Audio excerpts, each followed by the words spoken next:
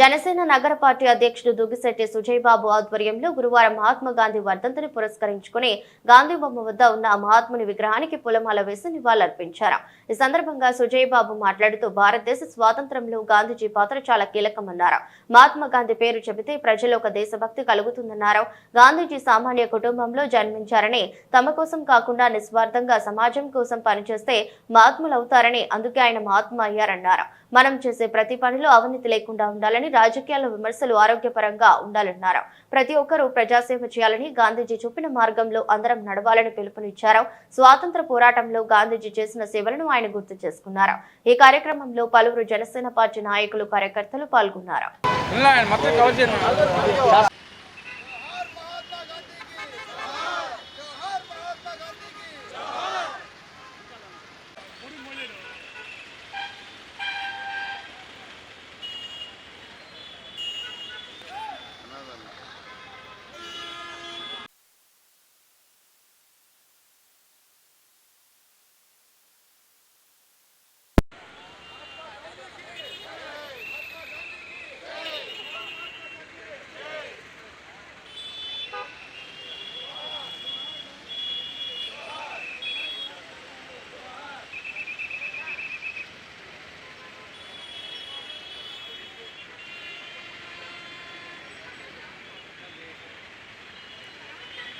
ఈరోజు మహాత్మా గాంధీ గారి వర్ధంతి సందర్భంగా నెల్లూరు నగరంలోని గాంధీ బొమ్మ వద్ద నెల్లూరు నగర జనసేన పార్టీ ఆధ్వర్యంలో ఈరోజు వచ్చి మా జిల్లా నాయకులు, మా నియోజకవర్గ ఇన్ఛార్జ్ అందరితో కలిసి, మా రాష్ట్ర నాయకులతో కలిసి ఇక్కడ మహాత్మా గాంధీ గారికి ఘన నివాళులు అర్పించడం జరిగింది. సత్యం, అహింస అనే ఆయుధంతో తెల్లవాళ్ల గుండెల్లో నిద్రపోయి వాళ్ళని అహింసతో భారతదేశానికి స్వతంత్ర సమరయోధుడు స్వతంత్రం తీసుకొచ్చిన మహాత్మా గాంధీ ఎల్లవేళలా అందరికీ ఆదర్శప్రాయుడు.